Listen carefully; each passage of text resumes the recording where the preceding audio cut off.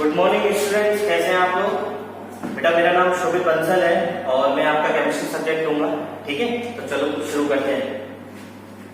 बेटा केमिस्ट्री में हम जो सबसे पहला चैप्टर जो लेने जा रहे हैं वो है metals and non metals. Metals and non metals, ठीक है, metals and non metals.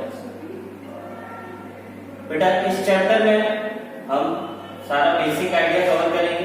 Metals क्या होते हैं, नॉन मेटल्स क्या होते हैं, ठीक है, उनकी प्रॉपर्टीज क्या है, कैरेक्टरिस्टिक्स क्या है, ठीक है, यूजेस क्या है, ठीक है, क्या क्या रिएक्शंस होती हैं, ये सब चीजें हम इस चैप्टर में देखेंगे। ठीक है बेटा, तो बेटा शुरू करने से पहले, चैप्टर शुरू करने से पहले मैं कुछ चीजें बोलना चाहता हूँ।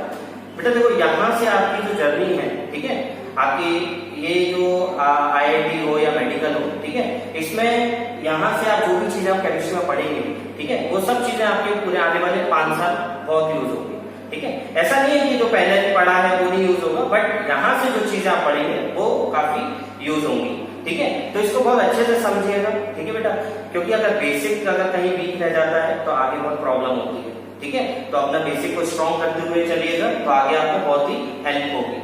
ठीक है ना, आप पूरे 5 साल 8, 9, 10, 11, 12, ठीक है ना, आप इन सब चीजों को यूज करेंगे। आप 10th के बाद चाहे साइंस स्ट्रीम लें, कॉमर्स लेते हैं, तब तो बात अलग है, लेकिन अगर आप साइंस स्ट्रीम लेते हैं तो आप चाहे बायो लें या मैथ्स लें, मीन्स आप मेडिकल बैकग्राउंड में जाएं या आप आईआईटी बैकग्राउंड में जाएं, दोनों में ही केमिस्ट्री होगी और केमिस्ट्री में ये सब चीजें आपकी यूज होगी।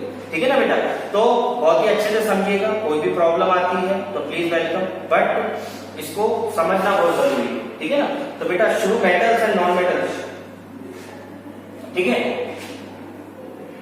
शुरू करते हैं। ठीक है बेटा, देखो दुनिया में जो सब्सटेंसेस होते हैं यूनिवर्स में, ठीक है, वो 2 कैटेगरी में डिवाइड होते हैं। या तो वो नेचर में मिलते हैं हमें, ठीक है ना, प्रकृति में हमें मिलेंगे, ठीक है, या फिर क्या होगा, वो मैनमेड होगा, मतलब किसी ने बनाया होगा, फैक्ट्री में या कहीं पे वो बना होगा। ठीक है ना, तो बेटा 2 तरीके की चीजें होती हैं, या तो वो नेचुरली हमें मिलती है, ठीक है, दुनिया में, या फिर वो हमें मैनमेड होती है। ठीक है, जो नेचर में मिलती हैं उन्हें हम नेचुरल सब्सटेंसेस बोलते हैं। ठीक है ना, और जो मैनमेड होती हैं उन्हें हम आर्टिफिशियल सब्सटेंसेस बोलते हैं। क्या बोलते हैं? Artificial substances. ठीक है, अब आर्टिफिशियल सब्सटेंसेस को मैनमेड सब्सटेंसेस भी बोला जाता है, मैनमेड सब्सटेंसेस भी बोला जाता है। ठीक है बेटा, अब जो मेटल्स और नॉन मेटल्स होते हैं, ठीक है, क्या होते हैं वो तो अभी हमने देखा ही। ठीक है, मेटल्स और नॉन मेटल्स, ठीक है, ये किस कैटेगरी में आते हैं बेटा? मेटल्स और नॉन मेटल्स जो होते हैं, ठीक है, ये जो है नेचुरल सब्सटेंसेस होते हैं, मतलब ये नेचर में मिलते हैं। ठीक है, ये हम बनाते नहीं है, ठीक है, ये हमें नेचर में मिलता है, प्रकृति में मिलते हैं ये सब। ठीक है, natural metals and non metals. ठीक है, मेटल्स जैसे कि iron, aluminium, silver, zinc, copper, ये सब क्या है? मेटल्स है। ठीक है, ये सब आपने कॉपर वायर देखा होगा, उसमें मेटल होता है। ठीक है, ये सब चीजें जो भी आपने प्रैक्टिकली देखी होंगी उन सब चीजों को देखेंगे आगे, लेकिन मेटल्स क्या होते हैं वो सब चीजें अभी हम देखेंगे। ठीक है, नॉन मेटल्स में क्या आता है? ठीक है, हाइड्रोजन हो गया, हीलियम हो गया, क्लोरीन, ब्रोमीन, आयोडीन, ये सब चीजें क्या होते हैं? नॉन मेटल्स होते हैं। ठीक है, ये क्यों होते हैं? ठीक है, नॉन मेटल्स क्या होते हैं? ये आयोडीन, ब्रोमीन नॉन मेटल्स में क्या आते हैं? ये सब चीजें हम पढ़ेंगे आगे। ठीक है, तो शुरू करने से पहले हम जो है देखते हैं कि हम इस चैप्टर में क्या क्या कवर करने जा रहे हैं। ठीक है, हम इस चैप्टर में कवर करेंगे, सबसे पहले बेटा हम बेसिक इंट्रो पढ़ेंगे। ठीक है, ये बेसिक इंट्रो जो होगा आपका, ठीक है, इसमें जो है मैं काफी कुछ एक्स्ट्रा कॉन्सेप्ट्स बताऊंगा जो आपके 8th क्लास की बुक में नहीं मिलेंगे आपको। ठीक है, वो आपको फर्दर हायर स्टडीज में मिलेंगे। ठीक है, बट वो बताना बहुत जरूरी है ताकि आप बहुत अच्छे से इस चीज को ग्रैब कर पाए, मेटल्स और नॉन मेटल्स। ठीक है, तो हम बेसिक इंट्रो पढ़ेंगे, basic intro of metals and non metals. ठीक है, मेटल्स एंड नॉन मेटल्स। ठीक है, जो भी हमारे इसमें यूज होगा मेटल और नॉन मेटल को डिफाइन करने में, ठीक है, जो भी कैरेक्टरिस्टिक्स जो है हमारी यूज होंगी वो सब चीजें हम बेसिक इंट्रोडक्शन में पढ़ेंगे। ठीक है, उसके बाद ये सब आप समझ लेंगे तो इसके बाद हम इंट्रोडक्शन पढ़ेंगे। इंट्रोडक्शन लेंगे हम किसका? मेटल्स का, इंट्रोडक्शन ऑफ मेटल्स का। हम मेटल्स देखेंगे उसके बाद कि होते क्या है, ठीक है, इसमें क्या क्या आता है। इंट्रोडक्शन मेटल्स देखने के बाद, मेटल्स देखने के बाद हम उसकी फिजिकल प्रॉपर्टीज देखेंगे। फिजिकल प्रॉपर्टीज मतलब उसका साइज कैसा है, शेप कैसा है, वेट कितना है। ठीक है, ये सब चीजें इनकी फिजिकल प्रॉपर्टीज में आती है। तो फिजिकल प्रॉपर्टीज ऑफ मेटल्स देखेंगे। ठीक है।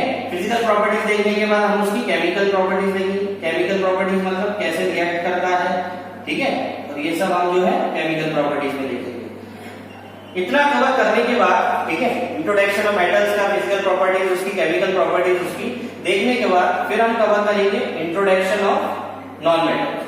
मेटल्स खत्म होने के बाद फिर हम देखेंगे इंट्रोडक्शन ऑफ नॉन मेटल्स, ठीक है। आगे नॉन मेटल समझने के बाद हम उसमें उसकी फिजिकल प्रॉपर्टीज देखेंगे, ठीक है, फिजिकल प्रॉपर्टीज देखेंगे, फिजिकल प्रॉपर्टीज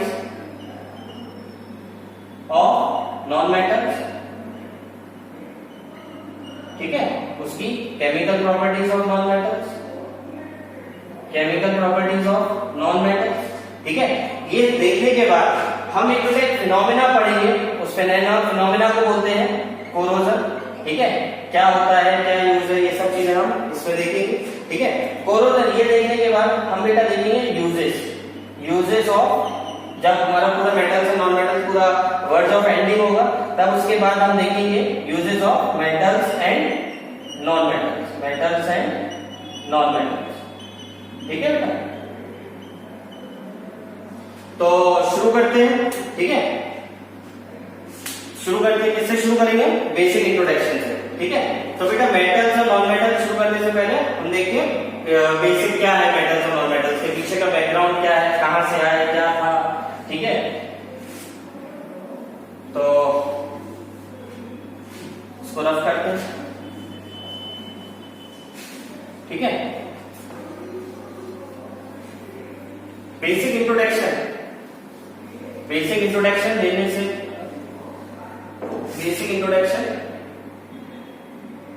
इंट्रोडक्शन में हम लेते हैं, बेसिक इंट्रोडक्शन में हम सबसे पहले पढ़ेंगे बेटा मैटर। ये वर्ड क्या होता है, मैटर, ठीक है बेटा। ये अब जो जैसे कि मैंने ये वर्ड बता रहा, मैं अभी आपको बस इसकी डेफिनेशन बताऊंगा, ठीक है। क्या होता है, कैसे आया, ये सब चीजें आपके 9th में चैप्टर है मेटल इन आवर सराउंडिंग्स, ठीक है। आप उसमें इस वर्ड को, ठीक है, बहुत डिटेल से पढ़ोगे। मेटल कितने टाइप के होते हैं, क्या यूज होता है, कैसे आए, किसके सारे एक्सपेरिमेंट्स, ये सब चीजें आप 9th क्लास में देखेंगे, ठीक है। अभी के लिए हमें जो यूजफुल है वो है मेटल की डेफिनेशन। मेटल होते क्या है, मेटल बेटा, मेटल होता है they have mass and occupy some space, that is volume, ठीक है। वो होते हैं मेटल, ठीक है।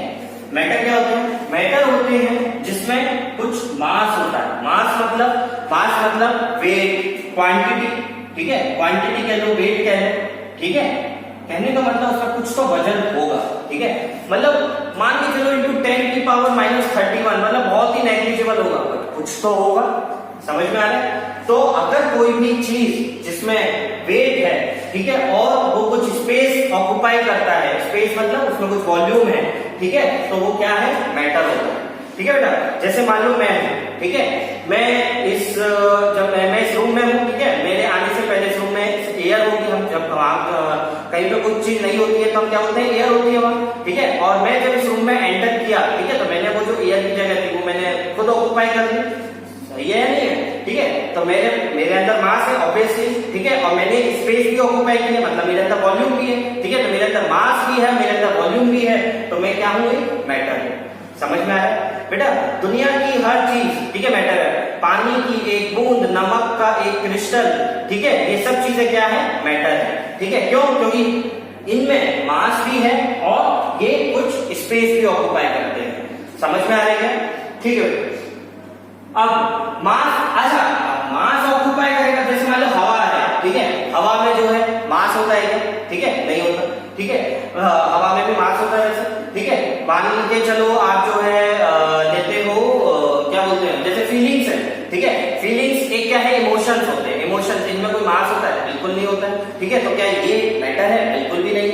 क्या आप मेरी बात समझ पा रहे हैं, ठीक है। तो मैटर क्या होता है, मैटर होता है जिसके अंदर कुछ मास है और वो कुछ स्पेस ऑक्युपाई करता है, ठीक है।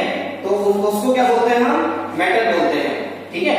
कोई प्रॉब्लम इसमें नहीं बेटा। देखो मैं आपको फिर ये जो चीज पढ़ रहे हैं, मैटर वगैरह, ये सब चीजें आपका बेसिक स्ट्रॉन्ग करने के लिए जानना बहुत जरूरी है, ठीक है, कि ये क्या होते हैं।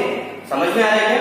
ठीक है, मैं इसमें बहुत सारी चीजें पढ़ाऊंगा जो आपकी बुक्स में नहीं है, मैं फिर दोबारा बोल रहा हूँ, ठीक है, लेकिन आपके यूज में होंगे। आप अगर ये सब चीजें अच्छे से समझ पाए, आप मेरी बात पूरी अच्छे से कैच कर पाए, ठीक है, तो आपको मेटल्स और नॉन मेटल्स समझने में, ठीक है, मैं समझता हूँ आपको आसानी होगी, ठीक है। आपको मेटल्स, नॉन मेटल्स, उनकी रिएक्शंस जो आप अभी देखेंगे, इनकी केमिकल प्रॉपर्टीज में मेटल्स और नॉन मेटल्स की, ठीक है, उनको समझने में आपको काफी आसानी होगी, ठीक है। तो इसलिए ये सब बेसिक कॉन्सेप्ट्स जो हैं ये आपको समझना बहुत जरूरी है, ठीक है। जिसमें से हमने पहला क्या लिया, मैटर। मैटर मैंने क्या बोला, मैटर होता है जिसके अंदर कोई भी चीज जिसके अंदर कुछ मास है और वो कुछ स्पेस ऑक्यूपाई करती है, मतलब उसके अंदर कुछ वॉल्यूम भी है, तो वो क्या चीज है, मैटर, ठीक है। मैंने अपना एग्जांपल लिया, ठीक है, मैं डस्टर का एग्जांपल ले सकता हूँ, डेफिनेटली इसमें मास है, ठीक है, ये कुछ स्पेस भी अगर मैं इसको यहाँ रख रहा हूँ, ठीक है, अगर मैं इसको यहाँ रखता हूँ, ठीक है, तो ये यानी स्पेस भी ऑक्यूपाई कर रहा है, यस और नो, इसका मतलब इसमें वॉल्यूम भी है, इसमें मास भी है, वॉल्यूम भी है, तो मतलब डेफिनेटली ये क्या है, मैटर है। समझ में आई क्या? ठीक है, तो मैटर क्या होता है, क्या नहीं होता है, इसके बारे में हम डिटेल में हम जो है 9th में पढ़ेंगे। 9th में जैसा कि मैंने बोला एक चैप्टर है मैटर इन आवर सराउंडिंग्स, ठीक है, वहां पर आप इसको बहुत ही डिटेल में पढ़ेंगे, कितने टाइप के होते हैं, solid, liquid, gas and all etcetera etcetera, जो भी चीजें आप जो है लेटर ऑन पढ़ेंगे, ठीक है।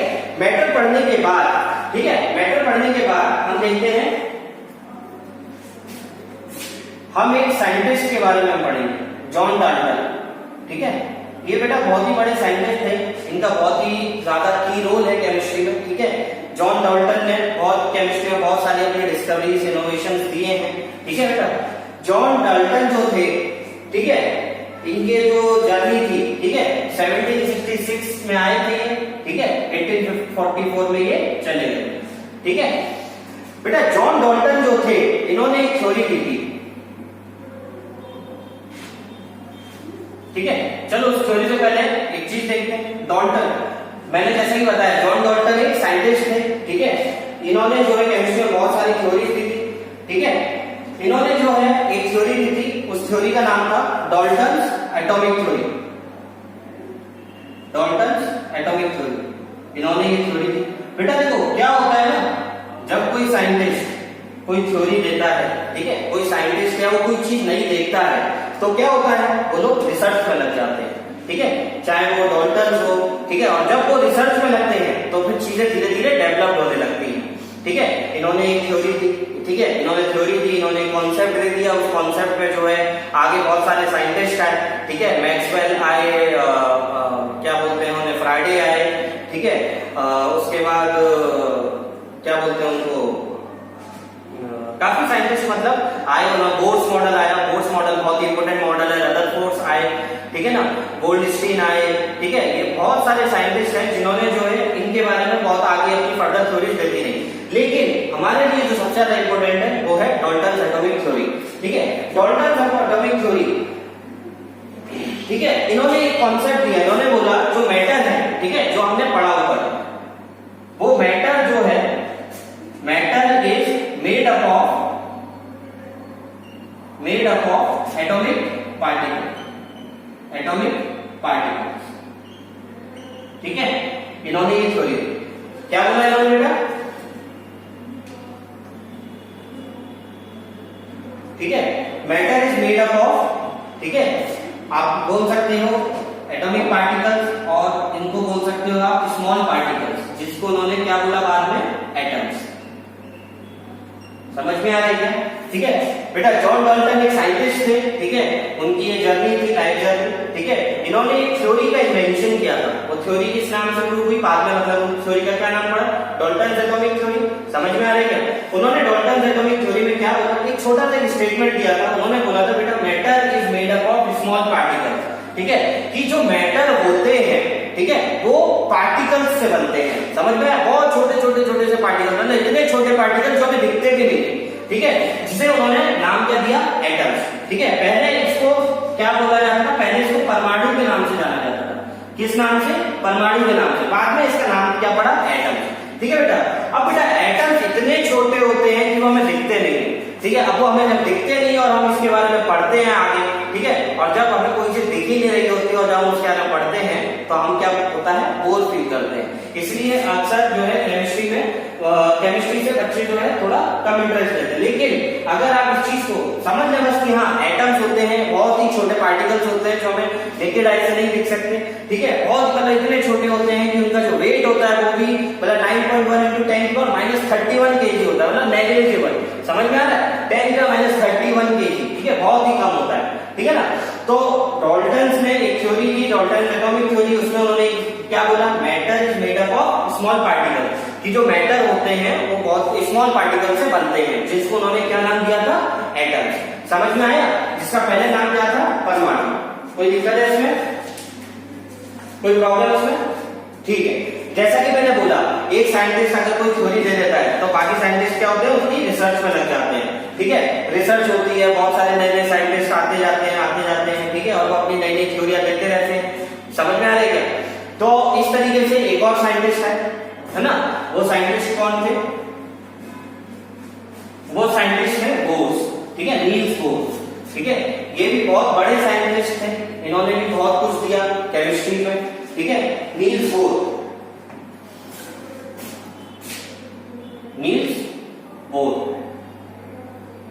बोर जो थे बेटा, ये 1865 में आए थे और 1966 तक रहे थे, ठीक है। इनकी जो जर्नी थी वो थी 1885 से 1962 तक, 1885 से 1962 तक, ठीक है। यह हमारे लिए इतना इंपॉर्टेंट नहीं है कि उनको क्या कब चाहिए, कम करें, ठीक है, बट क्योंकि बहुत बड़े साइंटिस्ट है तो हमें आइडिया होना चाहिए, ठीक है, बस कि हाँ। तो मैं क्या बोल रहा था कि हाँ, जैसे डाल्टन्स ने कॉन्सेप्ट दिया कि matter is made up of small particles, ठीक है, कि जो मैटर होता है, मैटर क्या होता है, जिसमें मास होता है और वो कुछ स्पेस ऑक्युपाई करता है। समझ में आ रहा है? उसे हम क्या बोलते हैं, मैटर, ठीक है। अब मैटर्स को डाल्टन्स ने क्या बोला कि जो मैटर होते हैं वो स्मॉल पार्टिकल से फॉर्म होते हैं, ठीक है, जिसका उन्होंने नाम क्या दिया, एटम्स, जिसको पहले परमाणु बोला जाता था।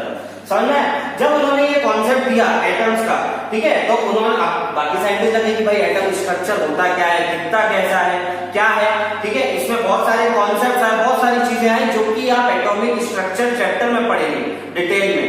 वो कहां पर, 11th क्लास में। समझ में? वहां पर आप इसको बहुत ही डिटेल में पढ़ेंगे कि कौन सा कॉन्सेप्ट कैसे, टाइमलाइन के साथ, कि कौन सा कॉन्सेप्ट कब आया एटम्स के अंदर, इलेक्ट्रॉन्स कब आए, प्रोटॉन्स कब आए, न्यूट्रॉन्स कब आए। हमें बस जो, जैसा कि मैंने बोला, बेसिक आइडिया की जरूरत है, ठीक है। तो हम बस बेसिक आइडिया देखते हैं कि एटम्स का स्ट्रक्चर क्या होता है, जिसमें बहुत ही जो फेमस एक एटॉमिक स्ट्रक्चर है, ठीक है, एटॉमिक मॉडल है, वो किसका है, नील्स बोर का है, जिसने काफी कॉन्सेप्ट्स जो है एटम्स के एक्सप्लेन किए थे।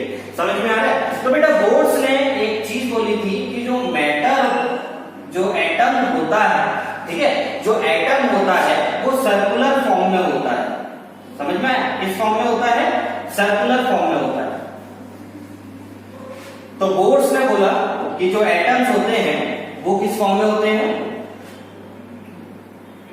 सर्कुलर फॉर्म में होते हैं, ठीक है। ये और ये जिसके बीच में क्या होता है, न्यूक्लियस होता है, और इसके साइड में जो है ये क्या होते हैं, रिंग्स होती हैं। इनको क्या बोलते हैं, स्फेरिकल शेप में होती है, इनको क्या बोलते हैं, ऑर्बिट्स बोलते हैं। समझ में आया? इनको क्या बोलते हैं, ऑर्बिट बोलते हैं। ये ऑर्बिट्स होते हैं। ये क्या होता है, हमारा न्यूक्लियस होता है।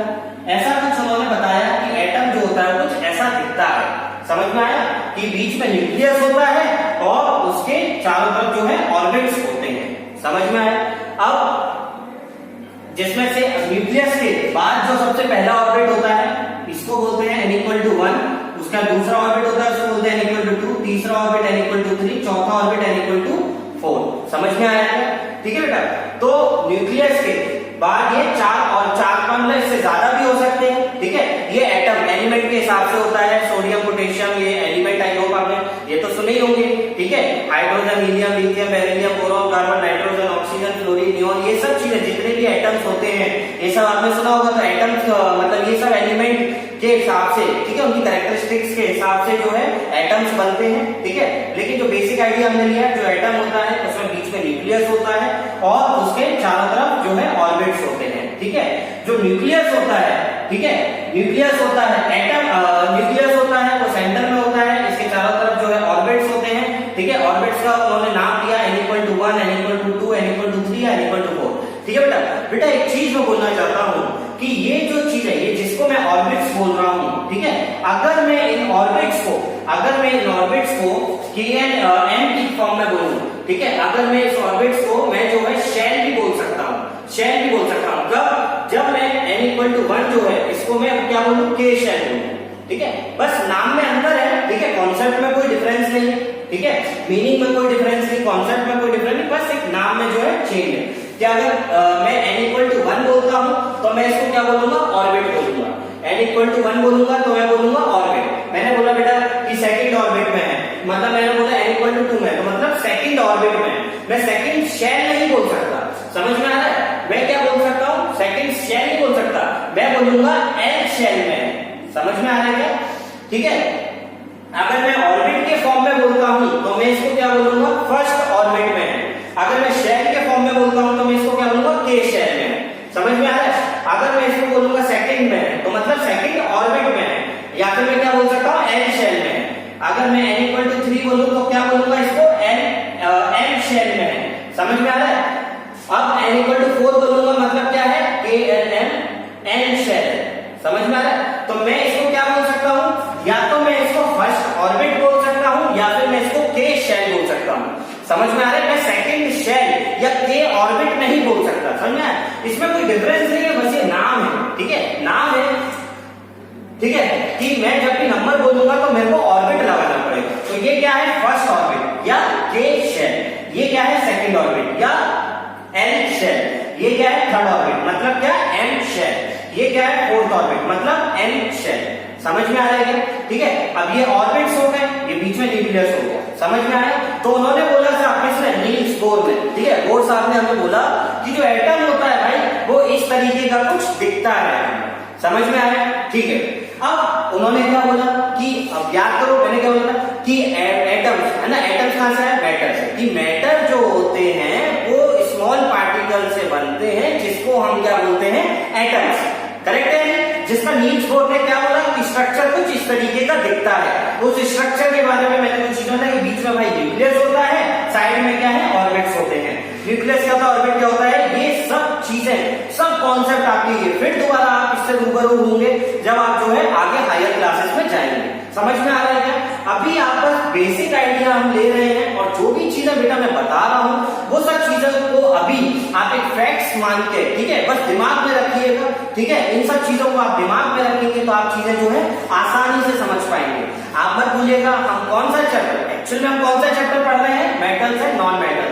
ठीक है, जिसमें हमें ये सब कॉन्सेप्ट्स की थोड़ी जरूरत पड़ेगी ताकि आप जो है अच्छे से इन कॉन्सेप्ट को समझें। हम क्या कह रहे हैं, बोर्स मॉडल, नील्स बोर ने क्या बोला कि एटम जो होता है वो इस तरीके का कुछ होता है जिसमें ये ऑर्बिट्स होते हैं, बीच में न्यूक्लियस होता है ना।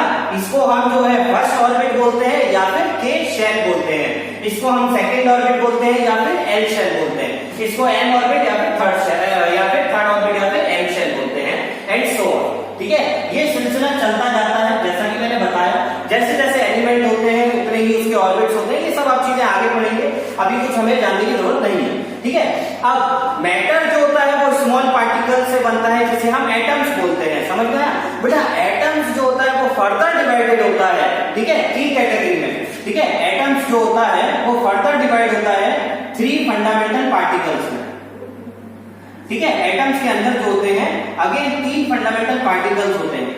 समझ में आ रहा है? आप बेटा देख सकते हो कि रिसर्च कहां तक हो चुकी है।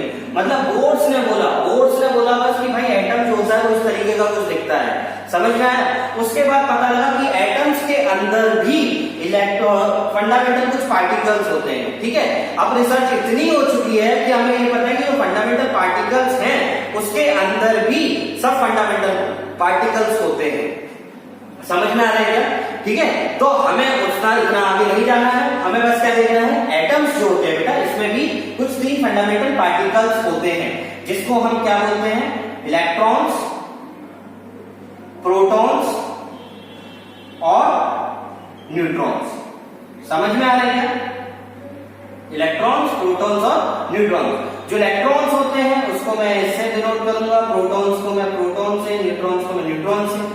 ठीक है, समझ में आ रहा है क्या? ठीक है, अब इलेक्ट्रॉन्स जो होते हैं, न्यूट्रॉन्स जो होते हैं, अब ये होते हैं एटम्स के अंदर, हमें इतना पता लगा। अब ये कहाँ होते हैं ये भी तो हमें पता करना पड़ेगा, ठीक है। तो बेटा जो प्रोटॉन्स और न्यूट्रॉन्स होते हैं, जो प्रोटॉन्स और न्यूट्रॉन्स होते हैं वो न्यूक्लियस के अंदर प्रेजेंट होते हैं। मतलब ये न्यूक्लियस है बीच में, जो आपको छोटा सा बिंदु दिख रहा है, ठीक है, ये एक्चुअल में बहुत छोटा होता है। इसके अंदर भी प्रोटॉन्स और न्यूट्रॉन्स होते हैं। तो सोचिए प्रोटॉन्स और न्यूट्रॉन्स कितने छोटे पार्टिकल्स होंगे, समझ में आ रही है, ठीक है। तो न्यूक्लियस के अंदर क्या होते हैं, हमारे प्रोटॉन्स और न्यूट्रॉन्स होते हैं, समझ में आ रहा है। अब न्यूक्लियस के अंदर हमारे प्रोटॉन्स और न्यूट्रॉन्स होते हैं, तो फिर इलेक्ट्रॉन्स कहाँ होते हैं, ठीक है। इलेक्ट्रॉन्स जो होते हैं बेटा वो इसके ऑर्बिट्स में होते हैं, ठीक है, वो इसके ऑर्बिट में होते हैं। इसके ऑर्बिट थे ना, इसके ऑर्बिट में जो है इलेक्ट्रॉन्स होते हैं जो कि रिवॉल्व कर रहे होते हैं, ठीक है। उसमें हमें जाने की जरूरत नहीं है, बस हमें क्या देखना है कि जो इलेक्ट्रॉन्स होते हैं वो कहाँ होते हैं, कि ऑर्बिट्स में होते हैं। समझ में आ रहा है, फर्स्ट ऑर्बिट में, सेकंड ऑर्बिट में, थर्ड ऑर्बिट में, फोर्थ ऑर्बिट में, ठीक है। कोई प्रॉब्लम इसमें नहीं, ठीक है। बस एक चीज और कि फर्स्ट ऑर्बिट में जो होता है उसमें मैक्सिमम 2 इलेक्ट्रॉन आ सकते हैं, सेकंड ऑर्बिट में 8 इलेक्ट्रॉन आते हैं। ये सब चीजें बेटा कैसे आई, क्या आई, अगेन मैं बोल रहा हूँ आपको, ये सब चीजें आप सब कुछ को आपका प्रूफ मिलेगा, ठीक है, लेकिन हायर स्टडीज में। अभी आप बस एक फैक्ट्स की तरह याद रखिएगा कि के शेल में 2 इलेक्ट्रॉन होते हैं, एल शेल में 8 इलेक्ट्रॉन होते हैं, एम शेल में 18 इलेक्ट्रॉन होते हैं। समझ में आ रहा है क्या, 3 जा 9 2 जा 18 एंड 4 4 जा 16 2 जा 32 इलेक्ट्रॉन होते हैं। और फोर्थ ऑर्बिट में जो है 32 इलेक्ट्रॉन्स होते हैं, ठीक है।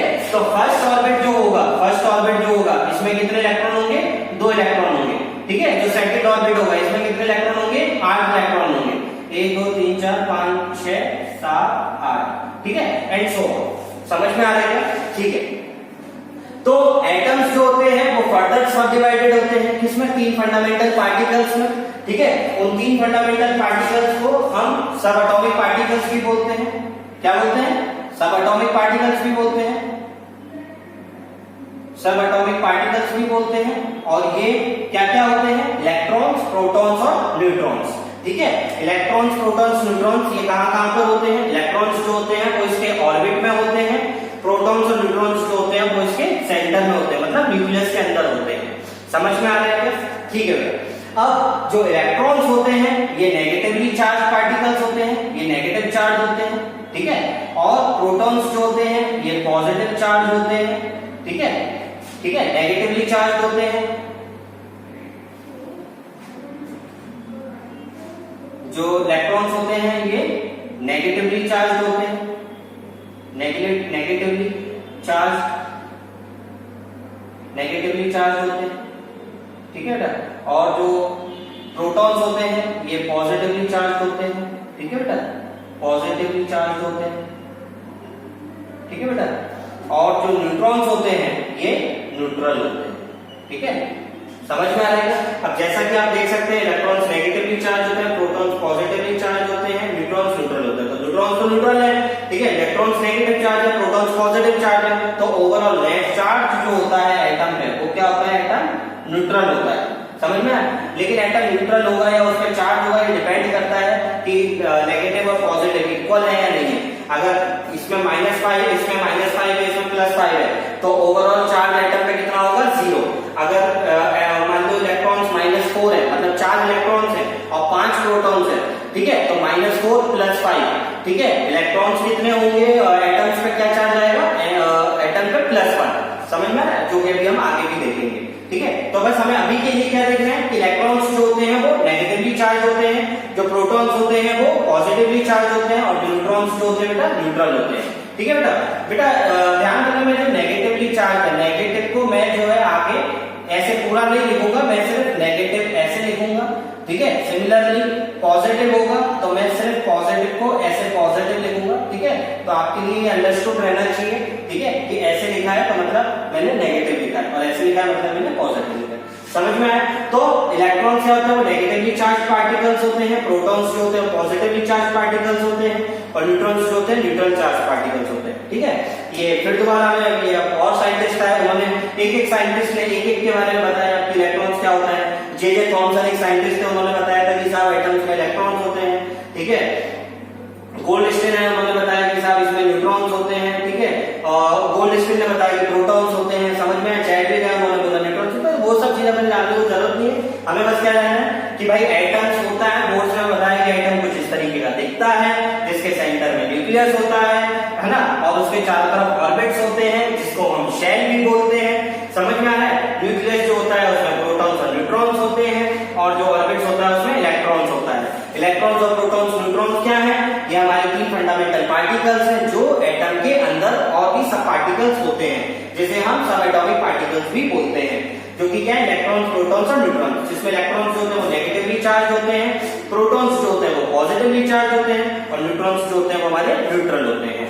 ठीक है बेटा, मैं उम्मीद करूंगा बेटा आपको हर चीज समझ में आई होगी। जो भी चीजें मैंने अभी आपको बेसिक आइडिया दिया है बेटा, मैंने जो चीजें आपको यहाँ पर 2 मिनट में 10 मिनट में समझाने की कोशिश की है, ठीक है, इसमें आपको पूरा एक चैप्टर मिलेगा। आप जब आप हायर स्टडीज में जाएंगे तो आप बहुत डिटेल में पढ़ेंगे।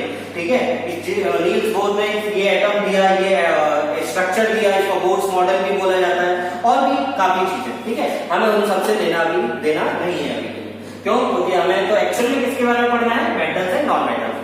तो इसमें हमें जिन जिन चीजों की जरूरत पड़ेगी, हम बस आपको वो सारी चीजें बता रहे हैं, जिसको आप जो है फैक्ट्स की तरह अपने बस माइंड में रखेंगे। ठीक है बेटा, चलो। तो हमने एटम्स देखा, एटम्स क्या होते हैं?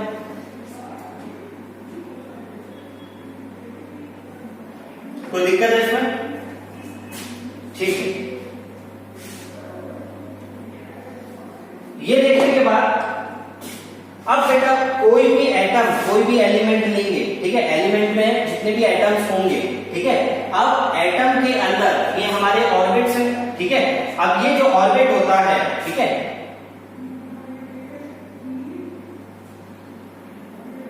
बैलेंस, शेल और ऑर्बिट, एक ये वर्ड और आएगा, बैलेंस, शेल और ऑर्बिट।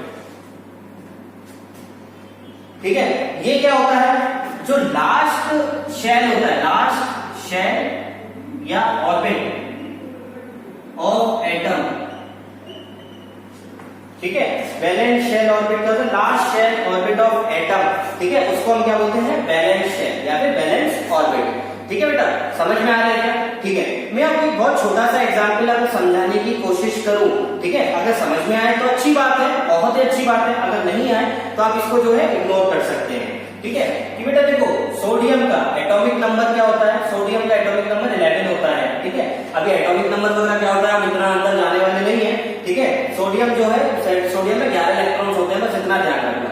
ठीक है, सोडियम में 11 इलेक्ट्रॉन्स होते हैं। सोडियम बेटा आपने नाम तो सुना ही होगा, ठीक है, 8th का। ठीक है, तो सोडियम में 11 इलेक्ट्रॉन्स होते हैं। ठीक है, ये जो 11 इलेक्ट्रॉन्स होते हैं, ठीक है, अगर मैं इसको एटम्स में बनाऊं, ठीक है, मैंने जैसे भी बताया बीच में क्या होता है? न्यूक्लियस होता है। ठीक है, इसका जो ये क्या है? फर्स्ट ऑर्बिट है। मैंने क्या बताया? फर्स्ट ऑर्बिट में कितने इलेक्ट्रॉन्स होते हैं? 2 इलेक्ट्रॉन्स होते हैं। तो फर्स्ट ऑर्बिट में 2 इलेक्ट्रॉन्स हो गए। ठीक है बेटा, एक इलेक्ट्रॉन लिया और एक इलेक्ट्रॉन लिए। ठीक है, ये न्यूक्लियस है, न्यूक्लियस के लिए फर्स्ट ऑर्बिट होगा, फर्स्ट ऑर्बिट में 2 इलेक्ट्रॉन होंगे। ठीक है, ये सेकंड ऑर्बिट है। सेकंड ऑर्बिट में कितने इलेक्ट्रॉन्स होते हैं? मैंने क्या बताया था? 8 इलेक्ट्रॉन्स होते हैं। बस आप अभी इतना दिमाग में रखिए कि सेकंड ऑर्बिट में 8 इलेक्ट्रॉन्स होते हैं। ठीक है, तो सेकंड ऑर्बिट में 8 इलेक्ट्रॉन होंगे, तो 1 2 3 4 5 6 7 8। ठीक है बेटा, थर्ड ऑर्बिट जो होता है इसमें कितने इलेक्ट्रॉन्स होते हैं? 18 होते हैं। ठीक है, लेकिन क्या कि देखो, पहले शेल में 2 इलेक्ट्रॉन्स आ गए, दूसरे शेल में 8 इलेक्ट्रॉन्स आ गए, टोटल हमारे पास कितने थे? 11 थे। कितने भाग आ चुके हैं? 10 आ चुके हैं। तो तीसरे शेल में कितने होंगे? एक ही तो होगा। तीसरे शेल में हमारे पास क्या हुआ? 1 इलेक्ट्रॉन हुआ। ठीक है, अब इसमें कितने? अब सोडियम एटम में कितने ऑर्बिट्स बने? हमारे 3 ऑर्बिट बने। 3 ऑर्बिट में से लास्ट ऑर्बिट कौन सा है? ये वाला ऑर्बिट है। इस ऑर्बिट को हम बोलते हैं क्या? वैलेंस ऑर्बिट या फिर शेल। समझ में आया क्या आपको इतनी सी बात? कोई प्रॉब्लम इसमें? ठीक है, अब अगर इसका कोई प्रॉब्लम नहीं है तो आगे बढ़ते हैं। इसको बेटा कोई भी एटम्स का जो लास्ट ऑर्बिट या शेल होता है उसको हम क्या बोलते हैं? वैलेंस ऑर्बिट या वैलेंस शेल बोलते हैं। ठीक है, अब जो वैलेंस ऑर्बिट या वैलेंस शेल होता है, इसके अंदर जितने इलेक्ट्रॉन्स होते हैं, ठीक है, जितने भी इलेक्ट्रॉन्स होते हैं, इसमें कितने हैं? एक ही है। यस और नो? ठीक है, जितने भी इलेक्ट्रॉन्स होते हैं उनको हम क्या बोलते हैं? Valence electrons. ठीक है बेटा, वैलेंस इलेक्ट्रॉन्स। वैलेंस इलेक्ट्रॉन्स क्या होते हैं, यहां लिख देते हैं सीक्वेंस में वैलेंस इलेक्ट्रॉन्स। वैलेंस इलेक्ट्रॉन्स क्या होते हैं, लास्ट ऑर्बिट, ठीक है। वैलेंस इलेक्ट्रॉन्स क्या होते हैं, वैलेंस इलेक्ट्रॉन्स होते हैं number of electrons in last orbit और क्या बोलते हैं, शेल। समझ में आ रहा है, ठीक है। वैलेंस इलेक्ट्रॉन्स क्या होते हैं, वैलेंस इलेक्ट्रॉन्स वो होते हैं जो ये जो लास्ट ऑर्बिट होता है, वैलेंस ऑर्बिट या वैलेंस शेल जिसे कहते हैं, उसमें जितने इलेक्ट्रॉन्स प्रेजेंट होते हैं उनको हम क्या बोलते हैं बेटा, वैलेंस इलेक्ट्रॉन्स बोलते हैं। तो सोडियम के केस में, Na के केस में हमारे पास कितने वैलेंस इलेक्ट्रॉन्स हुए, कितने वैलेंस इलेक्ट्रॉन्स हुए बेटा, केवल एक हुआ, जैसा कि आप देख सकते हैं इससे। यस और नो, समझ में आया क्या, ठीक है। इसमें कितने इलेक्ट्रॉन्स हो सकते हैं, एक इलेक्ट्रॉन हो सकता है, ठीक है बेटा। तो सोडियम एटम में कितने वैलेंस इलेक्ट्रॉन्स होते हैं, एक इलेक्ट्रॉन होता है। कोई दिक्कत है इसमें, है कोई दिक्कत यहां तक नहीं। तो हमने यहां तक क्या देखा, हमने वैलेंस शेल देखा, हमने वैलेंस इलेक्ट्रॉन्स देखा। अगर मैं थोड़ा ब्रीफ करूं तो हमने बेटा मेटल्स और नॉन मेटल में सबसे पहले हमने क्या देखा, ठीक है। सबसे पहले हमने सब्सटेंसेस देखे कितने टाइप के होते हैं, उसके बाद हमने उसका कंटेंट देखा जो भी है, उसके बाद हमने बेसिक इंट्रोडक्शन देखा। बेसिक इंट्रोडक्शन में हमने सबसे पहले चीज क्या देखी कि मेटल क्या होते हैं। उसके बाद हमने देखा कि भाई डाल्टन्स ने क्या बोला था, डाल्टन्स ने बोला था कि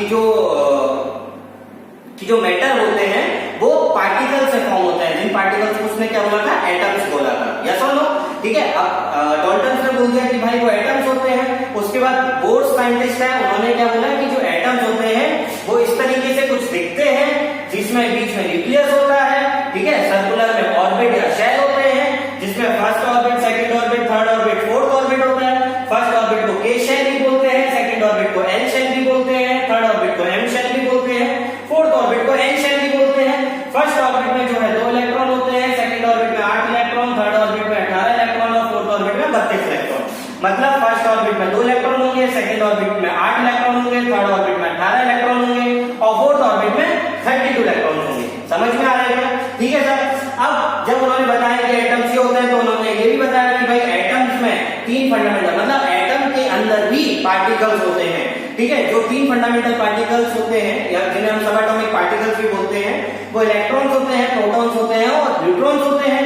इलेक्ट्रॉन्स जो होते हैं वो नेगेटिवली चार्ज होते हैं, प्रोटॉन्स जो होते हैं वो पॉजिटिवली चार्ज होते हैं और न्यूट्रॉन्स जो होते हैं वो न्यूट्रल चार्ज होते हैं, ठीक है। समझ में आया क्या, ठीक है। अब जैसा कि मैंने बताया कि ये सब चीजें डिटेल में आप आगे फर्दर क्लासेस में पढ़ेंगे, ठीक है। अभी के लिए आप कितना समझ गए होंगे, इनको सबको आप फैक्ट्स मान के अपने दिमाग में रखिएगा। मैं अगेन एंड अगेन बोल रहा हूँ, ठीक है। अब इसके आप रीजंस में घुसेंगे, ठीक है, तो आप बहुत प्रॉब्लम में आ जाएंगे। क्यों, क्योंकि एक एक चीज के रीजन बताने के लिए मेरे को और सारी चीजें कॉन्सेप्ट बताने पड़ेंगे, ठीक है, जिसमें अभी हमें जाने की जरूरत बिल्कुल नहीं है। क्यों, क्योंकि हमारा मेन तो हमें क्या पढ़ना है, मेटल्स एंड नॉन मेटल्स। सही है कि नहीं है, ठीक है। तो अब 3 फंडामेंटल पार्टिकल्स होते हैं, उसने ये बताया। उसके बाद हमने देखा वैलेंस शेल और ऑर्बिट क्या होता है। वैलेंस शेल ऑर्बिट होता है कि भाई किसी भी एटम के अंदर, मैंने एक एग्जांपल लिया Na में एटॉमिक नंबर जिसमें कितने इलेक्ट्रॉन्स थे, 11 इलेक्ट्रॉन्स। हमने बस इतना देखा कि एटम सोडियम में कितने इलेक्ट्रॉन्स होते हैं, 11 इलेक्ट्रॉन्स होते हैं। इसको आप अपने दिमाग में रखिएगा, ठीक है। तो सोडियम में 11 इलेक्ट्रॉन्स होते हैं। तो जैसे मैंने बताया तो सोडियम का एटम मैंने बनाने की कोशिश की, उसमें मैंने बताया बीच में क्या होता है, न्यूक्लियस होता है, जैसा कि बोर्ड में बोला था, ठीक है। उसके बाद जो फर्स्ट ऑर्बिट होता है, इसमें कितने इलेक्ट्रॉन होते हैं, 2 इलेक्ट्रॉन। तो मैंने भाई 2 इलेक्ट्रॉन दे दी। दूसरे ऑर्बिट में 8 इलेक्ट्रॉन होते हैं, मैंने 8 दे दी। तीसरे ऑर्बिट बचा ही मेरे पास एक ही, तो तीसरा ऑर्बिट कितने इलेक्ट्रॉन लेके जाएगा, एक ही इलेक्ट्रॉन लेके जाएगा। यस और नो, ठीक है। तो इसमें कितने ऑर्बिट्स आए, Na में 3 ऑर्बिट है। यस और नो, तो 3 ऑर्बिट है ना। तो जो लास्ट ऑर्बिट होता है उसको हम क्या बोलते हैं, वैलेंस ऑर्बिट या वैलेंस शेल बोलते हैं। समझ में आया। तो जो वैलेंस ऑर्बिट या शेल जितने इलेक्ट्रॉन्स कंटेन करता है, उस इलेक्ट्रॉन्स को क्या बोलते हैं, वैलेंस इलेक्ट्रॉन्स बोलते हैं। आपको इतनी बात समझ में आया, ठीक है। कोई प्रॉब्लम इसमें नहीं, ठीक है। तो वैलेंस इलेक्ट्रॉन्स हमने वैलेंस शेल देखा, वैलेंस इलेक्ट्रॉन्स देखा। अब इसके बाद जो हम देखेंगे वो देखेंगे क्या, वैलेंस, ठीक है।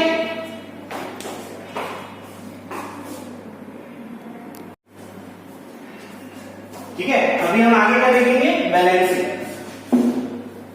बेटा मैं उम्मीद करूंगा कि आपको हर चीज एक एक कॉन्सेप्ट अच्छे से समझ में आया होगा, ठीक है।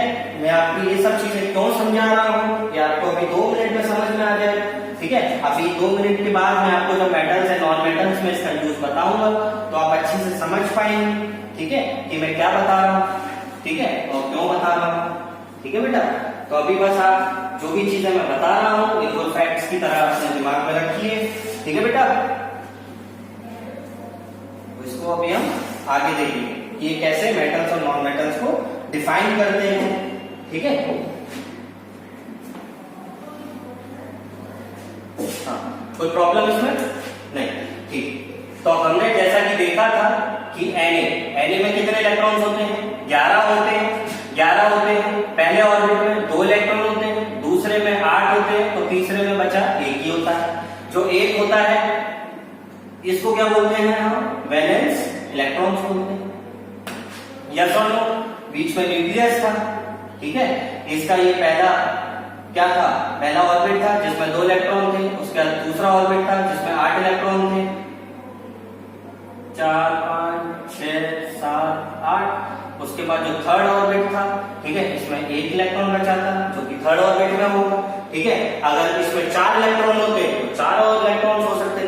समझ में आ रहा है क्यों, क्योंकि थर्ड ऑर्बिट कितने ले सकता है, मैक्सिमम तो 18 ले सकता है। हमारे पास जितने होंगे हम सब उसमें डाल सकते हैं, 17 होंगे, 17 इलेक्ट्रॉन होंगे। समझ में आ रहा है नहीं आ रहा है, ठीक है। एनीवेज, हाँ, तो हमने देखा थर्ड ऑर्बिट में 1 इलेक्ट्रॉन रह जाता है। इस इलेक्ट्रॉन को हम क्या बोलते हैं, इस इलेक्ट्रॉन को हम जो है वैलेंस इलेक्ट्रॉन बोलते हैं। इस इलेक्ट्रॉन को हम वैलेंस इलेक्ट्रॉन बोलते हैं और इस ऑर्बिट को हम वैलेंस ऑर्बिट बोलते हैं। यस और नो, या फिर वैलेंस ऑर्बिट या फिर वैलेंस शेल बोलते हैं। कोई दिक्कत है यहां पर, कोई प्रॉब्लम इसमें?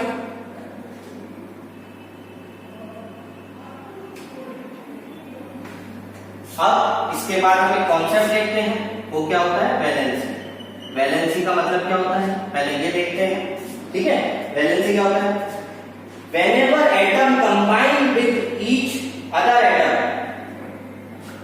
whenever atom combine with other atom, ठीक है। whenever atom combine with other atom, it makes use of its valency, it makes use of its valency, ठीक है। वैलेंसी क्या होती है, वैलेंसी होती है जब कोई भी एटम दूसरे एटम से कंबाइन होता है, ठीक है, बॉन्ड फॉर्म करता है, जब भी कंपाउंड फॉर्म करता है कंबाइन होकर, ठीक है। तो वैलेंसी क्या होती है, जब भी कोई एटम दूसरे एटम से कंबाइन होता है तो वो अपनी वैलेंसी को यूज करता है, ठीक है। अब वैलेंसी को कैसे यूज करता है, ठीक है, वो देखते हैं। वैलेंसी जो होती है ये डिपेंड करती है, वैलेंसी जो होती है डिपेंड्स ऑन वैलेंस इलेक्ट्रॉन्स पर। किस पर, वैलेंस इलेक्ट्रॉन्स पर, कि भाई कितने वैलेंस इलेक्ट्रॉन्स है। हमने देखा सोडियम में कितने थे, 1 था। तो इसी तरीके से अलग अलग एटम्स में अलग अलग वैलेंस इलेक्ट्रॉन्स होंगे, ठीक है। तो किसकी कितनी वैलेंसी है वो देखने के लिए डिपेंड्स ऑन वैलेंस इलेक्ट्रॉन्स, कि वैलेंस इलेक्ट्रॉन्स है कितने उस पर डिपेंड करती है, ठीक है। जैसे मैं अगर Na की बात करूंगा, ठीक है, अगर मैं Na की बात करूंगा तो Na की बात करने से पहले हम जरा कुछ एक और चीज देखते हैं, ठीक है। वैलेंसी होती है वो डिपेंड करती है वैलेंस इलेक्ट्रॉन्स पे, समझ में आ रहा है। अब जो वैलेंसी होती है, ठीक है, वो या तो +1 हो सकती है या +2 हो सकती है, ठीक है। 1 होती है, 2 होगी या 3 होगी, ठीक है। +1 +2 +3 होगी, ठीक है, या तो 1 2 3 होगी, ठीक है। अगर 4 5 6 7 हुई, ठीक है, अगर 4 5 6 7 हुई, है ना, तो हम इसको सब्सट्रैक्ट करते हैं, सब्सट्रैक्ट फ्रॉम 8। तो सब 8 से सब्सट्रैक्ट करने पे जो आता है वो वैलेंसी होती है। अगर हमारे पास वैलेंस इलेक्ट्रॉन्स 1 2 3 होते हैं, ठीक है, अगर हमारे पास वैलेंस इलेक्ट्रॉन्स 1 2 3 होते हैं, तब तो हमारी वैलेंसी +1 +2 और +3 होती है, समझ में आ रहा है। और अगर 4 5 6 7 होते हैं तो हमें उसको 8 से सब्सट्रैक्ट करना पड़ता है, और जितने इलेक्ट्रॉन्स होते हैं वो उसकी वैलेंसी होती है, मतलब -4 होती है, इसमें -3, इसमें -2, इसमें -1, ठीक है। तो अगर किसी एटम पे एक वैलेंस इलेक्ट्रॉन है तो कितनी वैलेंसी होगी +1, 2 एटम है ये वो सॉरी 2 वैलेंस इलेक्ट्रॉन्स हैं तो +2, 3 वैलेंस इलेक्ट्रॉन्स हैं तो +3, 4 वैलेंस इलेक्ट्रॉन्स हैं तो -4, 5 वैलेंस इलेक्ट्रॉन्स हैं तो -3, 6 है तो -2, 7 है तो -1। ठीक है बेटा। अब हमने देखा था जैसे कि 8 हो सकते हैं मैक्सिमम, तो अगर किसी में 8 वैलेंस इलेक्ट्रॉन्स होते हैं, अगर किसी में 8 वैलेंस इलेक्ट्रॉन्स होते हैं तो हम उन्हें नोबल गैसेस बोलते हैं। ठीक है, आगे ये आप हायर स्टडीज का कॉन्सेप्ट हो गया, इसको हम आगे देखेंगे। ठीक है बेटा, ये जो भी चीजें हैं ये सब चीजें आप जो है 11th क्लास में एक चैप्टर आएगा पीरियोडिक टेबल, उसमें आप हर चीज A to Z चीजें आप वहां देखेंगे। ठीक है, अभी बस एक फैक्ट्स की तरह याद रखना है आपने को, जितना हमारे लिए जरूरत है किसको एक्सप्लेन करने की, मेटल्स एंड नॉन मेटल्स को। तो हमने उसमें क्या देखा, वैलेंसी क्या होता है कि जब भी कोई एटम को दूसरे एटम से कंबाइन करते हैं तो उसके लिए हमें वैलेंसी की जरूरत पड़ती है। ठीक है, अब वैलेंसी जो डिपेंड करती है वैलेंस इलेक्ट्रॉन्स पे, अगर किसी में एक वैलेंस इलेक्ट्रॉन है तो उसकी वैलेंसी क्या होगी +1, 2 है तो +2 एंड सो ऑन। समझ में आया। अगर 3 के बाद अगर वैलेंस इलेक्ट्रॉन 4, 5, 6, 7 होते हैं तो हमें इसको 1 से सब्सट्रैक्ट करना पड़ता है। अगेन क्यों करना पड़ता है, ठीक है, ये सब चीजों के आंसर आपको बाद में मिलेंगे। ठीक है, अभी हमें बस एक फैक्ट्स की तरह याद रखना है कि अगर 4 वैलेंस इलेक्ट्रॉन है तो उसमें कितना वैलेंसी है उसका -4, 5 है तो -3, 6 है तो -2, 7 है तो -1। समझ में आ रहा है, कोई दिक्कत है यहाँ तक, है कोई दिक्कत यहाँ तक नहीं। ठीक है सर, है ना। अब हमने जैसा कि देखा वैलेंस इलेक्ट्रॉन्स ये होते हैं। ठीक है, अब हम आते हैं अपने एक्चुअल कॉन्सेप्ट पर, क्या था वो, मेटल्स एंड नॉन मेटल्स। समझ में आया। अब जो कॉन्सेप्ट हम देखने जा रहे थे वो क्या था हमारा, मेटल्स एंड नॉन मेटल्स।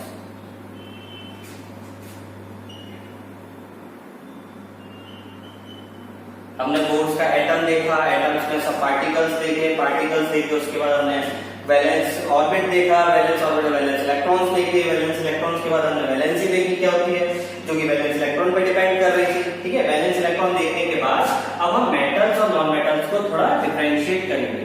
ठीक है, कि मेटल्स और नॉन मेटल्स होते क्या है, समझ में आ रहा है। मेटल्स बेटा वो होते हैं जिसमें 1, 2, 3 वैलेंस इलेक्ट्रॉन्स होते हैं। ठीक है, कोई भी एटम जिसके अंदर 1 या 2 या 3 वैलेंस इलेक्ट्रॉन्स प्रेजेंट होंगे तो वो क्या होगा, हमारा मेटल्स होगा। समझ में आ रहा है। और नॉन मेटल्स क्या होगा, अगर किसी में 4, 5, 6, 7 वैलेंस इलेक्ट्रॉन्स होंगे तो वो क्या होगा, हमारा नॉन मेटल होगा। कोई दिक्कत है इसमें, कोई दिक्कत इसमें नहीं। ठीक है बेटा, अब मैं एक चीज और, जैसे कि मैंने बताया कि 1, 2, 3 वैलेंस इलेक्ट्रॉन होंगे तो वो होगा मेटल। ठीक है, 1, 2, 3 होगा तो उसमें वैलेंसी क्या होगी, +1, +2, +3। बेटा ये जो प्लस होता है ये प्लस सिग्निफाई करता है, ये प्लस हमें बताता है, ये प्लस जो होता है ये हमें बताता है कि इसने इलेक्ट्रॉन दिए हैं। +1 का मतलब हो गया इसने 1 इलेक्ट्रॉन दिया। ठीक है, +2 का मतलब हो गया कि इसने 2 इलेक्ट्रॉन दिए हैं। +3 का मतलब हो गया इसने 3 इलेक्ट्रॉन दिए हैं। -4 का मतलब हो गया इसने 4 इलेक्ट्रॉन लिए हैं। -3 का मतलब इसने 3 इलेक्ट्रॉन लिए हैं। -2 का मतलब इसने 2 इलेक्ट्रॉन लिए हैं और -1 का मतलब 1 इलेक्ट्रॉन लिया है। ठीक है बेटा, तो जैसा कि मैंने बताया मेटल्स वो होते हैं जिसमें 1, 2, 3 मतलब 1 या 2 या 3 वैलेंस इलेक्ट्रॉन्स होंगे। इसका मतलब अगर 1, 2, 3 वैलेंस इलेक्ट्रॉन्स होंगे तो मतलब या तो वो 1 इलेक्ट्रॉन देगा या 2 इलेक्ट्रॉन देगा या 3 इलेक्ट्रॉन देगा। तो जो अपने इलेक्ट्रॉन दे रहा होगा वो क्या होगा, हमारा मेटल्स होगा। समझ में आया। अब अगर वैलेंस इलेक्ट्रॉन 4, 5, 6, 7 होगा तो मतलब क्या 4 इलेक्ट्रॉन लेगा या 3 इलेक्ट्रॉन लेगा या 2 इलेक्ट्रॉन लेगा या 1 इलेक्ट्रॉन लेगा। तो अब जो इलेक्ट्रॉन लेता है वो क्या होते हैं, हमारे नॉन मेटल्स होते हैं। समझ में आया। तो यही हमारा नेक्स्ट पॉइंट है कि मेटल्स जो होते हैं ये ऑलवेज लूज इलेक्ट्रॉन्स, ये हमेशा लूज करते इलेक्ट्रॉन मतलब हमेशा देते हैं इलेक्ट्रॉन। ठीक है, ये दानवीर होते हैं। और जो नॉन मेटल्स होते हैं ये ऑलवेज गेन इलेक्ट्रॉन्स, ये क्या होता है, हमेशा इलेक्ट्रॉन्स लेते हैं। ठीक है, कोई प्रॉब्लम इसमें नहीं। तो अब अगर इसका कोई प्रॉब्लम नहीं तो थर्ड पॉइंट हमारा क्या होगा, जैसा कि मैंने बताया बस वही सेम चीज है, अलग अलग तरीके से मैं बता रहा हूं, ठीक है। 1 2 3 था तो +1 +2 या +3 था तो है पॉजिटिव वैलेंसीज, ठीक है।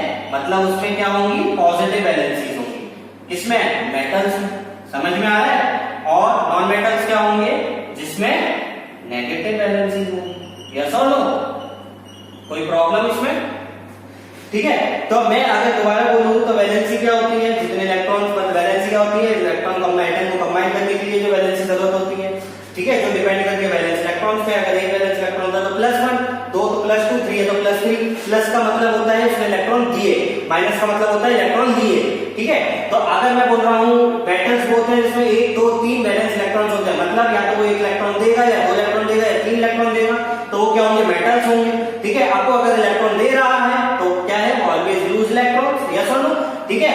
अब वो इलेक्ट्रॉन दे रहा है तो उसमें क्या आएगा, पॉजिटिव चार्ज आएगा, तो है पॉजिटिव वैलेंसी, ठीक है पॉजिटिव वैलेंसी, ठीक है।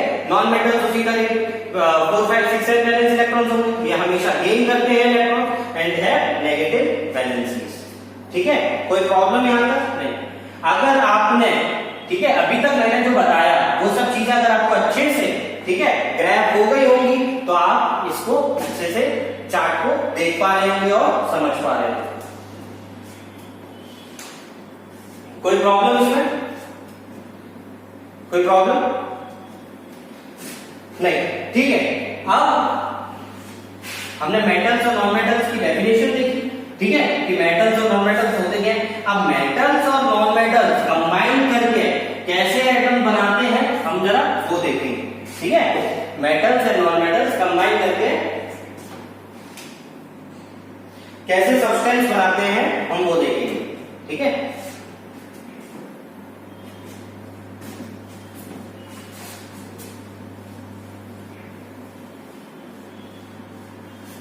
बेटा ये सब चीजें मैंने जितनी भी बताई आपने देखा होगा, ठीक है, कि मेटल्स और नॉन मेटल्स को बताने के लिए, समझाने के लिए ये सब चीजों को बताना जरूरी था, ठीक है। और अभी आपने बस मैंने देखा कि आपने देखा होगा कि मैंने डेफिनेशन में वैलेंसी वगैरह का यूज किया। अभी आप देखेंगे अभी मैं जो कंपाउंड सब्सटेंसेस फॉर्म करूंगा इसमें भी मैं वैलेंसी वैलेंस इलेक्ट्रॉन्स वगैरह का यूज करूंगा, ठीक है। आप जब अभी आगे फर्दर मैं जब इसकी केमिकल प्रॉपर्टीज बताऊंगा किसकी, मेटल्स और नॉन मेटल्स की, ठीक है, तब भी मैं जो है इनको यूज करूंगा, ठीक है। इसको ये जो कंपाउंड्स का सब्सटेंस बनाऊंगा, ये जो वैलेंस इलेक्ट्रॉन मैंने बताई, वैलेंसी वगैरह जो भी मैंने कॉन्सेप्ट अब तक डिस्कस किए हैं, ये सब कॉन्सेप्ट अभी आने वाले पूरे चैप्टर में आप देखेंगे कैसे कैसे यूज होते हैं, ठीक है। तो हमने अभी क्या देखा था, हमने वैलेंसी देखी थी, वैलेंसी में वैलेंस इलेक्ट्रॉन्स देखे थे, है ना। अब हम देखते हैं, है ना, क्या कि whenever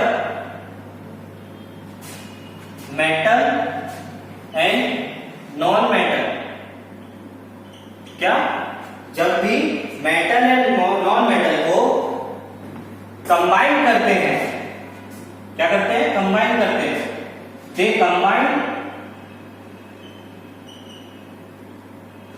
combine to form substances. They combine to form substances by interchanging their valencies, ठीक है। ये तो बेटा एक स्टेटमेंट हो गया, इस स्टेटमेंट को मैं जो है अभी एग्जाम्पल से बताता हूं, ठीक है। मैंने जैसा कि क्या बोला, whenever metal and non metal combine, they combine to form substances by interchanging their valencies, ठीक है। मतलब क्या है, जब भी मैं मेटल या और नॉन मेटल को कंबाइन करूंगा, ठीक है, तो वो कंबाइन करके नया सब्सटेंस बनाएंगे, ठीक है, जो कि कैसे बनेंगे, उनकी वैलेंसीज को इंटरचेंज करके। कैसे, क्या कहने का मतलब है मेरा, उसको देखते हैं एग्जाम्पल के तौर पे। मान लो मैं जो है मैग्नीशियम क्लोराइड फॉर्म करना चाह रहा हूं, क्या फॉर्म करना चाह रहा हूं, मैं मैग्नीशियम क्लोराइड फॉर्म करना चाह रहा हूं। अब मैग्नीशियम क्लोराइड में आप देख सकते हैं, ठीक है, मैग्नीशियम की जो वैलेंसी होती है वो +2 होती है, क्लोराइड की -1 होती है, ठीक है। आपको बिल्कुल परेशान होने की जरूरत नहीं है, ठीक है। इसकी वैलेंसी +2 कैसे होती है, इसकी -1 कैसे होती है, आगे ये सब चीजें आप हायर स्टडीज में पढ़ेंगे, लेकिन इस एटम की क्या वैलेंसी होती है इसका मैं एक पर्टिकुलर अभी चार्ट बनवाऊंगा, आप उसको बस दिमाग में रखिएगा। ठीक है। अभी मैं जो बता रहा हूँ बस आप उसको फैक्ट्स की तरह दिमाग में रखिए कि मैग्नीशियम की +2 होती है। तो बस ज्यादा कुछ ना सोचते हुए बस इतना आप मान लीजिए कि हमने बोला है कि मैग्नीशियम जो है +2 वैलेंसी का होता है, क्लोराइड जो होता है हमारा -1 का होता है। ठीक है बेटा, अब मैं इस मैग्नीशियम क्लोराइड सब्सटेंस को मैं बनाऊंगा तो ये Mg हो गया और क्लोराइड क्या होगा, Cl हो गया। यस और नो, समझ में आ रहा है। अब मैग्नीशियम क्लोराइड MgCl होगा, इनकी वैलेंसी कितनी है, +2 और -1। मैंने क्या बोला, बाय इंटरचेंजिंग देयर वैलेंसी, मतलब -1 यहां आ जाएगी और +2 यहां आ जाएगी। ठीक है, तो मतलब Mg1Cl2, समझ में आया। तो हम 1 को रिप्रेजेंट करते नहीं है, ठीक है। तो क्या हमारे पास सब्सटेंस फॉर्म हुआ, MgCl2। कोई प्रॉब्लम इसमें, हमारे पास क्या सब्सटेंस फॉर्म हुआ, MgCl2। कोई भी प्रॉब्लम यहां पर, ठीक है। तो मैग्नीशियम क्लोराइड जो होता है +2 और -1 वैलेंसी होती है इनकी, ठीक है। जो कि मैग्नीशियम क्लोराइड अगर मैं फॉर्म करता हूं तो MgCl में मैग्नीशियम की वैलेंसी Cl पे चली जाएगी, Cl की वैलेंसी Mg पे चली जाएगी, तो Mg1Cl2 हो गया और हमारे पास सब्सटेंस क्या बना, MgCl2। ठीक है बेटा, इसमें मैग्नीशियम क्या था हमारा, मेटल था, और क्लोराइड क्या था हमारा, नॉन मेटल था। अब ये मुझे कैसे पता लगा कि ये मेटल था या नॉन मेटल था, आप देख सकते हैं ये +2 है, मैंने बताया तो +2 है तो मतलब मेटल है, -1 है तो मतलब क्या है, नॉन मेटल। मैंने आपको डेफिनेशन में भी लिखवाया था कि 1 2 3 वैलेंस इलेक्ट्रॉन्स होते हैं, या मैं बोलूं +1 +2 या +3 वैलेंसी होती है तो वो क्या होते हैं, हमारे मेटल्स होते हैं।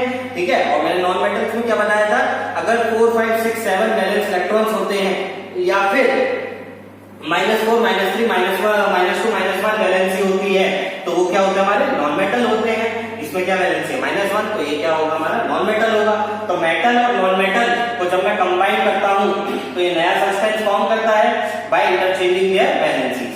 ठीक है, कोई प्रॉब्लम इसमें, ठीक है। अगर इसमें कोई प्रॉब्लम ना हो तो हम दूसरा एक बनाते हैं, ये 1, ठीक है। दूसरा बनाते हैं हम लिथियम ऑक्साइड, ठीक है। लिथियम ऑक्साइड, लिथियम का सिंबल क्या होता है, Li होता है, ऑक्साइड क्या होता है, O होता है। ठीक है,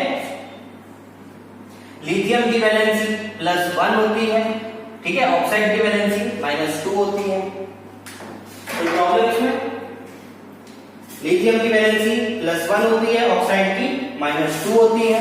तो हम बनाते हैं, क्या बना रहे हैं हम, लिथियम ऑक्साइड बना रहे हैं, LiO बना दिया, ठीक है। +1 इधर आ जाएगा, -2 इधर आ जाएगा, तो मतलब क्या होगा, Li2O 1।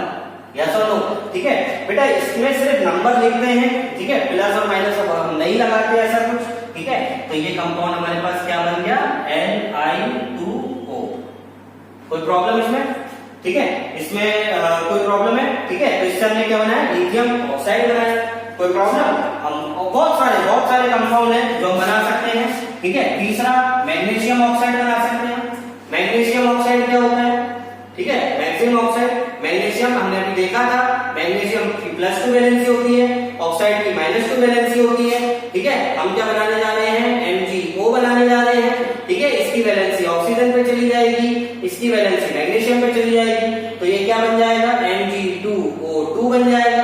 ठीक है बेटा, जब भी जो है बेटा अगर नंबर, ठीक है, मल्टीप्लीकेशन वाला अगर कोई नंबर होता है तो 2 को मैं 2 से डिवाइड कर दूंगा तो 2 कैंसिल हो जाएगा, ये क्या बन जाएगा हमारा, MgO बन जाएगा। समझ में आ रहा है।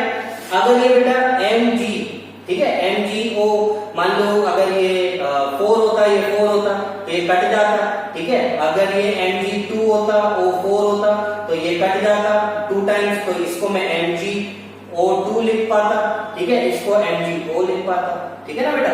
वैसे ये कंपाउंड एग्जिस्ट नहीं करते, मैंने एक हाइपोथेटिकल एग्जांपल्स लिए हैं, ठीक है ना।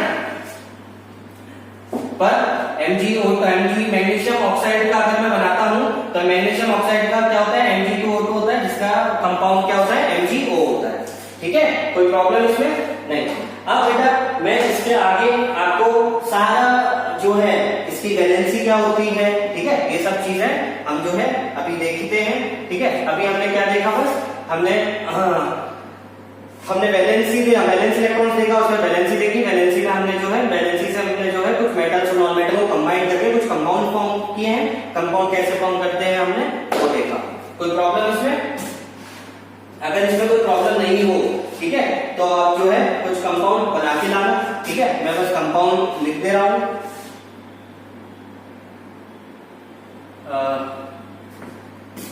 मैग्नीशियम ऑक्साइड आपने बना दिया था, मैग्नीशियम क्लोराइड, लिथियम, ठीक है, लिथियम क्लोराइड, ठीक है, लिथियम क्लोराइड, कैल्शियम क्रोमाइड, ये सब ये आप बनाइएगा, ठीक है। कैल्शियम की वैलेंसी +2 होती है, क्रोमाइड की -1 होती है, ठीक है। लिथियम की बताई है, क्लोराइड की अभी लिखवाई है, ठीक है। कैल्शियम की +2 होती है, लिथियम की क्रोमाइड होती है, ठीक है। बाकी ये 2 एग्जाम्पल देखना, बाकी अभी जो है हम इसके बाद देखते हैं, ठीक है।